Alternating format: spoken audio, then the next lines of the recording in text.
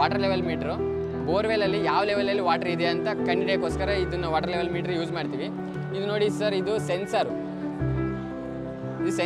ಇದು ಯಾವ ಥರ ವರ್ಕ್ ಆಗುತ್ತೆ ಅಂದರೆ ಅಟ್ಮಾಸ್ಫಿಕ್ ಪ್ರೆಷರು ಮತ್ತು ಇದು ವಾಟರ್ ಲೆವೆಲ್ ಪ್ರೆಷರು ಡಿಫ್ರೆನ್ಸ್ ಇರುತ್ತೆ. ಇವಾಗ ಇದು ವಾಟರನ್ನು ಟಚ್ ಮಾಡಿದಾಗ ಇದು ಸೆನ್ಸ್ ಮಾಡುತ್ತೆ.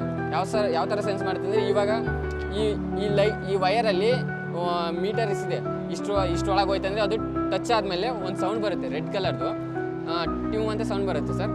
ಆ ಸೌಂಡ್ ಬಂದಾಗ ಇಲ್ಲಿವರೆಗೆ ಇಲ್ಲಿ ಹೋಗಿದೆ ಅಂತ ತಿಳ್ಕೊರಿ, ಮತ್ತು ಇದೆತ್ತಿ ಇದನ್ನ ನಾವು ನೋಡ್ಕೋಬೋದು, ಇಷ್ಟರಲ್ಲಿ ನೀರೈತೆ ಅಂತ ಕಂಡುಹಿಡಿಯಬೋದು sir.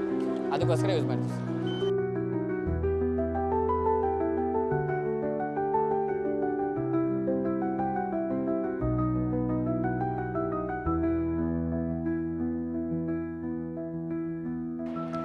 How to recharge the borewells ಅಂದರೆ, ಇವಾಗ ಬೋರ್ವೆಲಲ್ಲಿ ನೀರು ಕಮ್ಮಿ ಆದಾಗ ಮತ್ತು ನೀರು ಇಲ್ಲದೇ ಇದ್ದಾಗ ನಾವು ಯಾವ ಥರ ಬೋರ್ವೆಲ್ನ ರೀಚಾರ್ಜ್ ಮಾಡ್ತೀವಿ ಅನ್ನೋದನ್ನ ನಾವು ಎಕ್ಸ್ಪ್ಲೇನ್ ಮಾಡ್ತೀವಿ ಇವಾಗ ಇದು ಕೇಸಿಂಗ್ ಪೈಪ್ ಒಳಗಡೆ ಬೋರ್ವೆಲ್ ಇರುತ್ತೆ. ಬೋರ್ವೆಲ್ ಸುತ್ತಲ ನಾವು 12 ಅಡಿ ಆಳ, 12 ಅಡಿ ಅಗಲ, 12 ಅಡಿ ಉದ್ದ ನಾವು ಮಣ್ಣನ್ನು ಡಿಗ್ ಮಾಡಬೇಕಾಗುತ್ತೆ.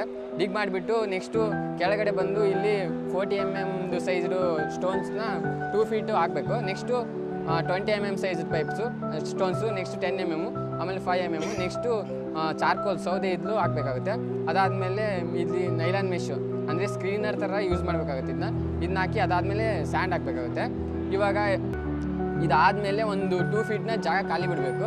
ಇವಾಗ ನೀರು ಬಂದಿರೋದೆಲ್ಲ ಇಲ್ಲಿ ಸ್ಟೋರ್ ಆಗುತ್ತೆ. ಇಲ್ಲಿ ಸ್ಟೋರ್ ಆಗಿ ಈ ಕೇಸಿಂಗ್ ಪೈಪ್ ಐತೆಲ್ಲ, ಕೇಸಿಂಗ್ ಪೈಪಲ್ಲಿ ನಾವು 8 ಅಡಿ ಆಳದಲ್ಲಿ ನಾವು ಹೋಲ್ಸ್ ಹಾಕಿರ್ತೀವಿ ಸರ್. ಡ್ರಿಲ್ಲಿಂದ ಯೂಸ್ ಮಾಡ್ಕೊಂಡು ಹೋಲ್ಸ್ ಹಾಕಿರ್ತೀವಿ. ಈ ನೀರೆಲ್ಲ ಬಂದಿರೋದೆಲ್ಲ ಸ್ಟೋರ್ ಆಗುತ್ತೆ. ಆಮೇಲೆ ಇನ್ಫಿಲ್ಟ್ರೇಟ್ ಆಗುತ್ತೆ. ಇನ್ಫಿಲ್ಟ್ರೇಟ್ ಆಗಿ ಈ ನೀರು ಈ ಹೋಲ್ಸಿಂದ ನಾವು ಬೋರ್ವೆಲ್ನ ರೀಚಾರ್ಜ್ ಆಗುತ್ತೆ. ಆಮೇಲೆ ಪಂಪ್ ಯೂಸ್ ಮಾಡ್ಕೊಂಡು ಆ ಪಂಪಿಂದ ನಾವು ನೀರನ್ನ ತೆಗಿತೀವಿ ಸರ್. ಅಂದರೆ ರೀಚಾರ್ಜ್ನ ಮಾಡೋದು ಸರ್. ಇದಷ್ಟೇ ಸರ್. ಹಾಂ ಸರ್, ಮಾಡಿದ್ದೀವಿ ಸರ್. ವರ್ಕ್ ಆಗಿದೆ ಸರ್. ಅಂದರೆ ಹೊಲದಲ್ಲೆಲ್ಲ ಯೂಸ್ ಮಾಡ್ಬೋದು ಸರ್. ಇದನ್ನ ಬೋರ್ ಕಡಿಮೆ ಆಗಿರೋ ಬೋರ್ವೆಲ್ಲಲ್ಲೂ ನಾವು ಯೂಸ್ ಮಾಡ್ಬೋದು ಸರ್.